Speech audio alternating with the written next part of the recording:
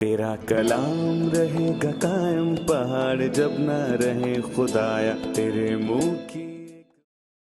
عزیز ناظرین، میں Ayad Zarif آپ تمام دیکھنے والوں کو ہمارے روز کے بائبلی مطالعاتی پروگرام کی آج کی نئی قسط میں خوش آمدید کہتا ہوں۔ اس پروگرام میں ہم بائبل مقدس کی تمام کتابوں یعنی پیدائش تا مکاشفہ تفصیلی مطالعہ پیش کر رہے ہیں، اور آج ہم آستر کی کتاب میں سے 8ویں باب کا مطالعہ کریں گے۔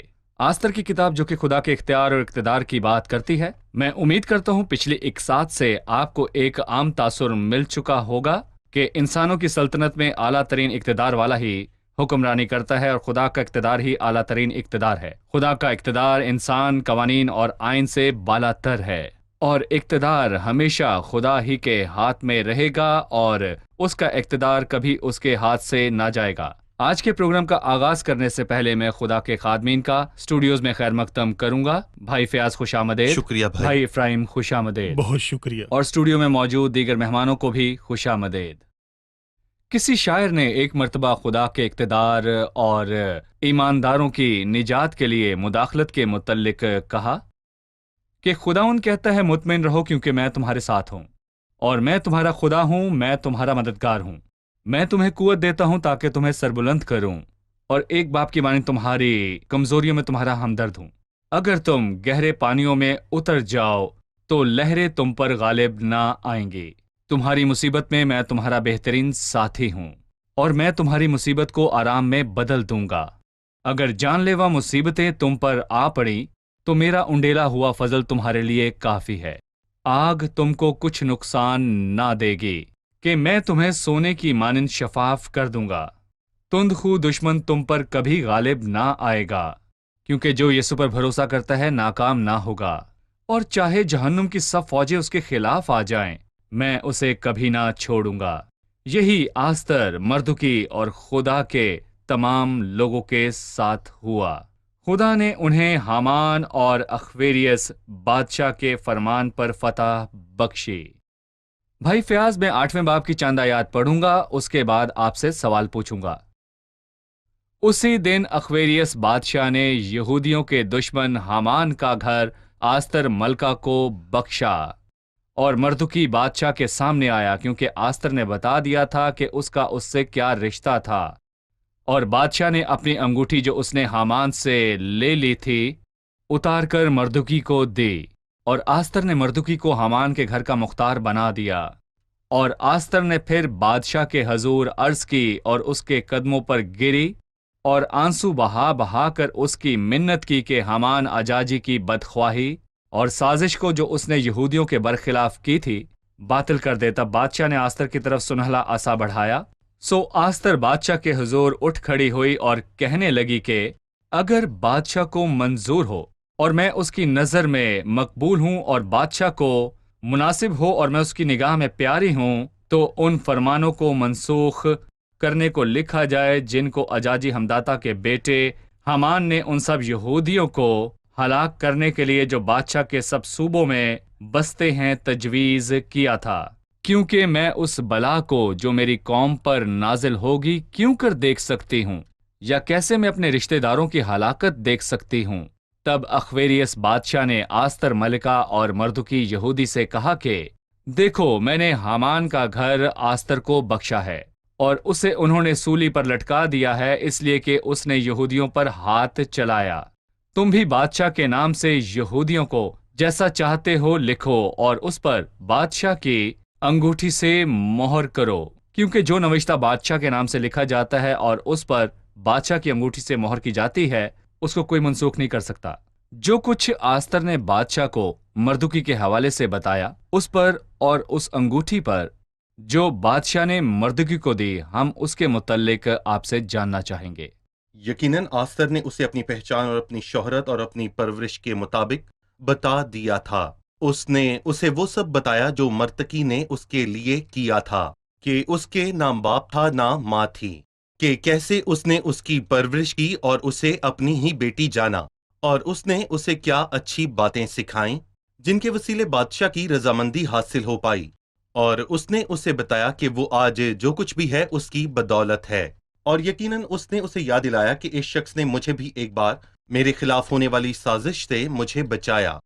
جب بگتان اور تراس جو کہ بادشاہ کے خواجہ سرا تھے اور بادشاہ پر اپنے ہاتھ چلانا چاہتے تھے، وہ کیسے انہیں بھول گیا، اور پھر بعد میں اس نے یاد دلایا، اور ان ساری باتوں نے اسے پھر سے ہر بات پر سوچنے پر مجبور کیا، اور اس لیے اس نے مردکی کو پھر سے بلایا۔ لیکن ساتھ ہی اس نے اس سازش کے متعلق بھی بتایا جو حامان نے اس کے خلاف کی، اور کیسے چالاکی سے وہ فرمان کو حاصل کرنے میں کامیاب ہوا جو تمام یہودیوں کی ہلاکت کا فرمان تھا، اور اس نے اس سارے معاملے پر بادشاہ کے رحم کی درخواست کی۔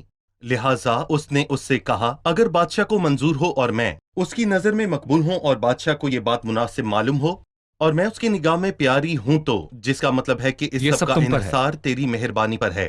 لہٰذا اس نے اسے اپنا فیصلہ واپس لینے کو نہیں کہا، کیونکہ وہ دانا تھی اور جانتی تھی کہ بادشاہ ایسا نہیں کر سکتا، اور مادی اور فارسیوں کا قانون لا تبدیل ہے۔ وہ اسے اس کے فیصلے کو منسوخ کرنے کا نہیں کہہ سکتی تھی، لیکن اس نے حکمت سے اس سے یہ کہا، ان تمام فرمانوں کو منسوخ کرنے کا لکھا جائے جن کو حامان نے تحریر کیا۔ اور اس کا واضح مطلب یہ تھا کہ تو حامان کی سازش کو ناکام کرنے کا راستہ نکالنے کی حکمت رکھتا ہے، اور اس نے اسے موت کے فرمان کو منسوخ کرنے کا نہ کہا، بلکہ ایک دوسرا فرمان جاری کرنے کو کہا جو موت کے فرمان کے نتائج کو ختم کر دے جو یہودیوں کے خلاف دیا گیا تھا۔ تو لہٰذا اس کی دانش مندی اور ذہانت کی قائل کرنے والی باتوں کے نتیجے میں اپنی مہر والی انگوٹھی اتاری جو اس نے پہلے حامان کو دی تھی، اور اسے دی کہ مردگی کے ہاتھ میں پہنا دے۔ اور میں یہاں پر یہ کہوں گا کہ انگوٹھی اختیار کو ظاہر کرتی ہے، اور بادشاہ نے کسی اور کو اختیار دیا کہ اس کے بدلے فیصلہ کرے، مطلب اس فیصلے کو بدلنے کا اختیار اب مردگی کے پاس چلا گیا تھا۔ ہمیں یاد ہے کہ جب ایک بیٹا دور کے دیش سے واپس آیا تو اس کا باپ اس کے پاس دوڑتا ہوا گیا، لوکا 15ویں باب میں۔ اور لکھا ہے کہ پھر وہ اس کے پاس دوڑ کر گیا اور اسے گلے لگایا اور چوما، اور پھر اپنے نوکر سے کہا کہ اچھے سے اچھا لباس جلدی سے نکال کر اسے پہناؤ اور اس کے ہاتھ میں انگوٹھی پہناؤ۔ اس کا مطلب ہے کہ میرے بیٹے کے پاس میرے جیسا اختیار ہے۔ یہاں میں پوچھنا چاہوں گا، کیا یسوع مسیح نے ہمیں انگوٹھی پہنائی ہے؟ نہیں، اس نے ہمیں اس سے بھی خاص چیز پہنائی ہے۔ وہ اپنے گھر آیا مگر اس کے اپنوں نے اسے قبول نہ کیا، اور جتنوں نے اسے قبول کیا اس نے انہیں انگوٹھی پہنائی اور اپنے فرزند ہونے کا حق بخشا، اور ہم میں سے ہر ایک کے پاس بیٹے کا اختیار ہے۔ پر یہ کیسے ثابت ہوتا ہے؟ ہمارے پاس تو کوئی انگوٹھی نہیں، لیکن روح القدس جو ہم میں بسا ہے یہی ہماری انگوٹھی ہے، جو ثابت کرتا ہے کہ جو کوئی مسیح کے پاس آتا ہے خدا کیا کے بائبل لیے مقدس مقدس بتاتے ہے۔ ہیں کہ روح القدس جی، مور ہے؟ اس کے اس پر متعلق ایمان لائے اور بتائیے۔ پاک مودرو کی مہر لگی خداوند یسوع مسیح پر بطور نجات دہندہ ایمان لانے کے سبب سے، اور ایمان کے نتیجے میں اس شخص پر روح القدس کی مہر لگی ہے۔ وہ اس میں بستا ہے، اور روح القدس ہر حقیقی ایماندار کو یہ ضمانت دیتا ہے کہ وہ خدا کا فرزند ہے۔ اخویریس بادشاہ نے مردکی اور آستر سے کہا، تم بھی بادشاہ کے نام سے لکھو اور اس پر بادشاہ کی انگوٹھی سے مہر کرو، کیونکہ جو نوشتہ بادشاہ کے نام سے لکھا جاتا ہے اور اس پر نہیں کر بادشاہ کی سکتا۔ انگوٹھی سے مہر کی جاتی ہے اسے کوئی منسوخ نہیں کر سکتا۔ میں جاننا چاہوں گا کہ جب ہم مسیح پر ایمان لائے خدا نے ہم پر مہر کی اور روح القدس ہم میں بسنے لگا، یہاں بادشاہ کی بات کو منسوخ نہیں کیا جا سکتا؟ تو خدا کے ایمانداروں کے لیے کیا مقاصد ہیں؟ یہ ممکن ہے کہ خدا انہیں منسوخ کر دے؟ کیا یہ ممکن ہے کہ ایماندار ہلاک ہو جائے کیونکہ وہ پرہیزگاری یہ میں نہیں ممکن چلتا؟ نہیں، کیونکہ خدا انسان نہیں جو جھوٹ بولے، اور نہ وہ آدم ذات ہے کہ اپنی رائے بدلے، اور کیا جو کچھ اس نے کہا اسے نہ کرے، یا جو کچھ اس نے فرمایا اسے نہ کرے۔ اس لیے خدا کی نعمتیں اور بلاوا لا تبدیل ہے۔ جب یعقوب 20 سال تک خستہ اخلاقی حالت میں رہا، کیا اس نے خداوند سے رابطہ کیا؟ اس نے کوئی قربان گاہ نہ بنائی، اس کا خداوند کے ساتھ کوئی بھی رابطہ نہ تھا، اور اس نے 20 سال تک کوئی قربان گاہ نہ بنائی تھی۔ لیکن ایک دن اس نے اپنے خداوند سے کہا کہ مجھے میرے بھائی عیساؤ کے ہاتھ سے بچا لے، کیونکہ میں اس سے ڈرتا ہوں کہیں وہ آ کر مجھے اور میرے بچوں کو مال سمیت نہ مار ڈالے۔ یہ تیرا ہی فرمان ہے کہ میں تیرے ساتھ ضرور بھلائی کروں گا، اور خداوند اپنے فرمان سے کبھی نہ پھرے گا اور کبھی اپنے کہے پر افسوس نہ کرے گا، یہ ناممکن ہے۔ پرانے عہد نامہ میں چند اور مثالیں بھی موجود ہیں جو ثابت کرتی ہیں کہ خدا اپنے پیاروں کی حفاظت کرتا ہے۔ مثلاً داؤد نے اپنے دل میں کہا کہ اب میں کسی نہ کسی دن ساؤل کے ہاتھ سے ہلاک ہوں گا، لیکن ایسا نہ ہوا۔ یعقوب نے ایک دن کہا یوسف نہیں رہا اور شمعون بھی نہیں ہے، اور اب بنیامین کو بھی لے جانا چاہتے ہو۔ یہ تمام خیالات بیکار غلط تھے۔ ہم ایک بات سیکھ سکتے ہیں کہ خدا اپنے پیاروں اور مقدسوں کی حفاظت کرتا ہے۔ نئے عہد نامہ میں لکھا ہے یسوع مسیح حفاظت کے لیے ہے۔ بھائی یہاں ہم ایک وقفہ لیں گے اور پھر میرا آپ سے سوال ہوگا، اور ہم اس بات کی رائے لیں گے آستر اور مردکی جب پہلے ہی اس سازش سے بچ نکلے تھے تو وہ اپنے لوگوں کو بچانے میں لگے تھے، لہٰذا ایمانداروں کی ذمہ داری کیا ہے کہ اب انہیں اپنے گھرانوں کے لیے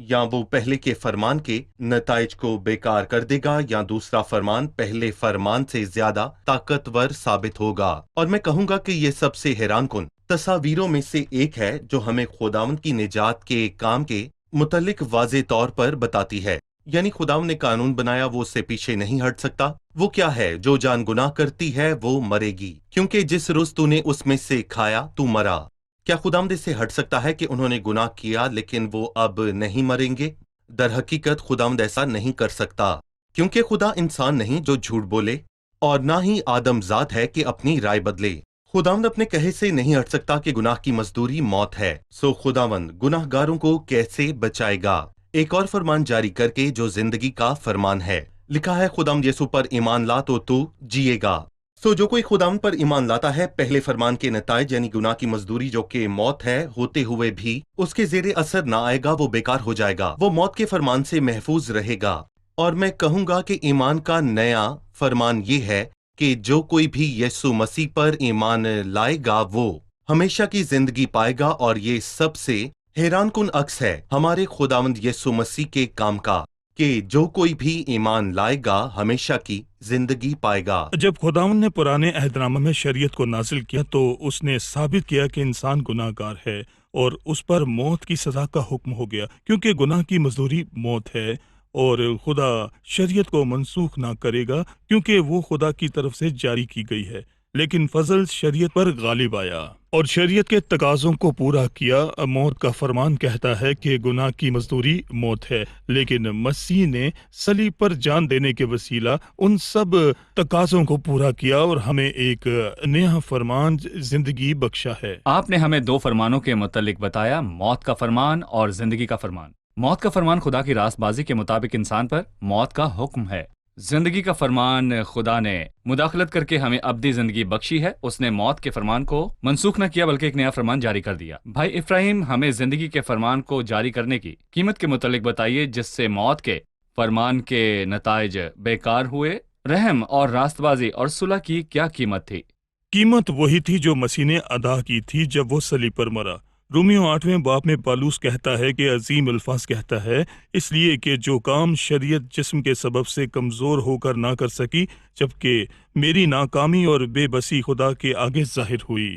وہ خدا نے کیا، یعنی اس نے اپنے بیٹے کو گناہ آلودہ جسم کی صورت میں اور گناہ کی قربانی کے لیے بھیج کر، یعنی کہ خدا نے آسمان سے مداخلت کی اور خداوند یسوع مسیح کو بھیجا تاکہ صلیب پر اپنی جان دے کر اس فرمان کی قیمت ادا کرے اور میرے گناہوں کی مزدوری پائے۔ اس لیے جب ہم مسیح پر ایمان لاتے ہیں تو ہم پر سزا کا حکم نہیں ہوتا۔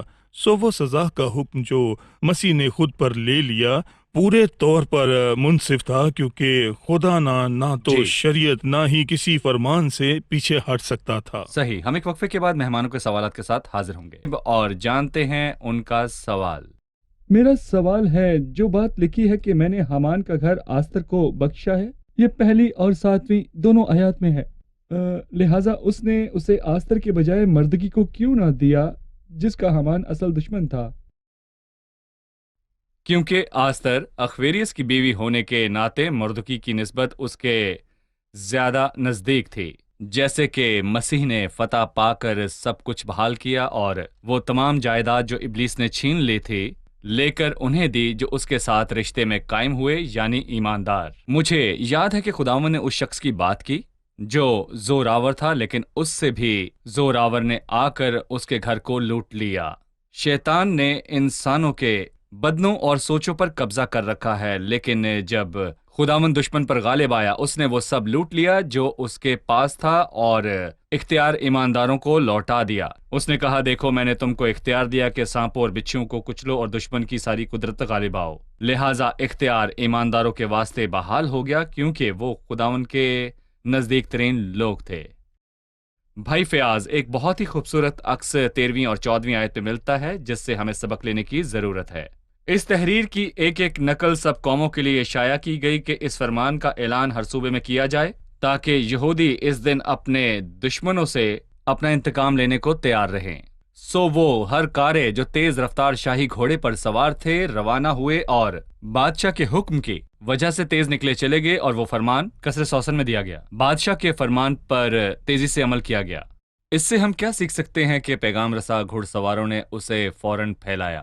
ہمیں اس کے بارے میں کچھ بتائیے۔ میرا خیال ہے کہ یہ ہمیں سکھاتا ہے کہ یہ ایمانداروں کی سنجیدہ ذمہ داری ہے کہ وہ ان سب جانوں تک یہ خوشخبری ان تک پہنچائیں جو خدا سے ناواقف ہیں۔ اور مجھے یاد ہے کہ جب یوسف نے اپنے بھائیوں کو بھیجا اور ان سے یہ کہا کہ کینان کو جاؤ، سو تم جلد میرے باپ کے پاس جا کر اس سے کہو کہ تیرا بیٹا یوں کہتا ہے کہ خداوند نے مجھ کو سارے مصر کا مالک کر دیا ہے۔ پھر وہ کہتا ہے کہ دیر نہ کر تا نہ ہو کہ مفلسی تجھ پر آ پڑے، اس کا مطلب ہے کہ جلدی آؤ کیونکہ وقت تمہارے حق میں نہیں ہے، جلد آؤ کیونکہ بادشاہ کا فرمان فوری ہے، جلد آؤ کیونکہ موت نزدیک آ رہی ہے، جلد آؤ کیونکہ قحط سخت ہے، جلد آؤ کیونکہ جنگ اشتعال انگیز ہے، جلد آؤ کیونکہ زندگی کی کوئی ضمانت نہیں۔ یہ جلدی اور سنجیدگی کا عکس ہے جس کے ساتھ ہر ایماندار کو خوشخبری کی منادی کرنی چاہیے ان جانوں کے آگے جو خداوند کے پاس نہیں ہیں، اور یہ بادشاہ کے حکم کی وجہ سے ہے۔ بادشاہ ہمیں جلدی جانے کا حکم دے رہا ہے۔ مجھے یاد ہے کہ جب اندریاس خداوند سے ملا تو جلد ہی اپنے بھائی کو بھی اس کے پاس لے آیا۔ اس نے وقت ضائع نہ کیا بلکہ جلدی سے اپنے بھائی کو لے آیا۔ بھائی، آپ نے کچھ دیر پہلے کہا کہ 4 کوڑی جو ایک دن ٹھہر جانا چاہتے تھے انہیں معلوم ہوا کہ آج کا دن خوشخبری کا دن ہے اور ٹھہرے ہم رہیں خاموش گے ہیں۔ اگر ہم صبح کی روشنی تک ٹھہریں تو تو سزا پائیں گے، یعنی کہ انجیل کی منادی اور پھیلاؤ کے لیے بے یہاں میں چینی۔ صدوق کو یاد کرتا ہوں، دوسرے سیموئیل کے 18ویں باب کی 19ویں آیت میں لکھا ہے، جب داؤد کے خلاف جنگ موقوف ہو گئی تو اس نے یوآب سے کہا کہ دوڑ کر بادشاہ کے پاس جانا چاہتا ہے تاکہ بتائے کہ جنگ موقوف ہوئی اور اسے فتح ملی، لیکن اس نے اس سے کہا کہ آج کے دن تو کوئی خبر نہ پہنچا بلکہ دوسرے دن خبر پہنچا دینا، پر آج تجھے کوئی خبر نہیں لے جانا ہوگا اس لیے کہ بادشاہ کا بیٹا مر گیا ہے۔ کیا تو جا کر اس سے یہ کہے گا کہ تیرا شریر بیٹا ابھی سلوم مر گیا ہے، تو آج کوئی خبر نہ پہنچا کیونکہ بادشاہ کا بیٹا مر چکا ہے؟ لیکن اس نے کہا مجھے دوڑ جانے دے۔ یہ ایک نبوتی عکس ہے کہ ایک اور دن بادشاہ کا بیٹا مرے گا، لیکن ابھی سلوم نہیں، بلکہ فرما بردار، حلیم اور محبت کرنے والا بیٹا جو خدا کا بیٹا ہے، جس نے سب کچھ ٹھیک اور وقت پر کیا، اور جب وہ مرے گا تب ہم منادی کریں گے۔ اور یہی بات پولس فلپیوں 2 میں کہتا ہے کہ بادشاہ کا بیٹا مرا اور خدا کا بیٹا مرا، سو وہ فلپیوں 2 میں کہتا ہے میں اس نشان کی صحیح۔ طرف دوڑتا ہوا جاتا ہوں تاکہ اس انعام کو حاصل کروں جو خدا دے گا۔ ہمارے پاس خوشخبری ہے۔ جی ٹھیک ہے۔ ہمیں ایک اور سبق کو سیکھنا ہے کہ وقت کو غنیمت جانیں اور جب بھی موقع آئے اس کا استعمال کر کے مسیح کو دوسرے تک پہنچائیں۔ لہٰذا ہمیں وقت کو صحیح۔ غنیمت جاننا چاہیے آدمی کو سمجھاتے ہیں کہ خدا سے میل ملاپ کر لو، بس ہم مسیح کے الچی ہیں، گویا ہمارے وسیلہ سے خدا التماس تو کرتا جب بات ہے۔ نجات اور توبہ کی آتی ہے تو اس میں سستی بالکل بھی نہیں ہونی چاہیے بلکہ جلدی کرنی چاہیے۔ اب ہم اپنے مہمانوں کی طرف بڑھیں گے اور جانیں گے انہوں نے آج کیا سیکھا۔ جیسا کہ ہم نے یہاں دیکھا کہ آستر اور مرتکی بچ گئے، لیکن پھر بھی ان پر ان لوگوں کو بچانے کی ذمہ داری تھی، اسی طرح ہماری بھی اوروں کو بچانے کی ذمہ داری ہے، خاص کر اپنے بچوں اور گھرانوں کو۔ ہمیں ان کے آگے مسیح اور سچائی کی منادی کرنی چاہیے اور ہمیں ان کے لیے مسلسل دعا کرنی چاہیے جب تک وہ خداوند کے پاس لوٹ کر نہ آئیں، تاکہ سارا گھرانہ یسوع مسیح کا ہو جائے۔ جی آپ اگر ہم اس ملک کے رہنے والوں میں سے ایک ہوتے تو میں سوچتی کہ یہ کیسا بادشاہ ہے جس نے ایک بار کہا کہ یہودیوں کو مار ڈالو اور پھر کہا اپنا دفاع کرو۔ تب مجھے یاد آتا ہے کہ خداوند اپنے کسی وعدے سے کبھی نہیں مکرتا یا اپنے الفاظ واپس نہیں لیتا، بلکہ جب وہ کہتا ہے میں تمہارے ساتھ ہوں، میں تم سے محبت رکھتا ہوں اور وہ سب باتوں میں بھلائی کو پیدا کرے گا، وہ اپنے وعدوں سے کبھی نہیں پھرے گا اور وہ ہمیشہ سچا ہے اور وہ بہت تسلی بخش بات ٹھیک ہے۔ کرتا ہے۔ جی آپ ہم نے دیکھا کہ دوسرے فرمان نے پہلے کے نتائج کو ناکام بنا دیا اور بالکل ایسا ہی ہمارے ساتھ بھی ہوا۔ گناہ کی مزدوری موت ہے، لیکن موت کے وسیلے اس نے موت کے اختیار کو ختم کیا جو ابلیس کا اختیار تھا۔ اس نے موت کو ختم کیا اور ابدی زندگی کو قائم کیا۔ شکریہ، خداوند آپ کو برکت دے۔ خادمین کا بھی شکریہ۔ آنے والی قسط میں ہم مطالعے کو آگے بڑھائیں گے جس میں اس عظیم کتاب کے اختتام کے بارے میں جانیں گے۔ عزیز ناظرین، آج کی قسط میں ہم نے سیکھا کہ 2 طرح کے فرمان ہیں، موت کا فرمان اور زندگی کا فرمان۔ عزیزوں، موت کا فرمان تلوار سے سب کو ہلاک کرے گا، لیکن اخویریس نے زندگی کا فرمان جاری کیا تاکہ موت کے فرمان سے پیدا ہونے والے نتائج کو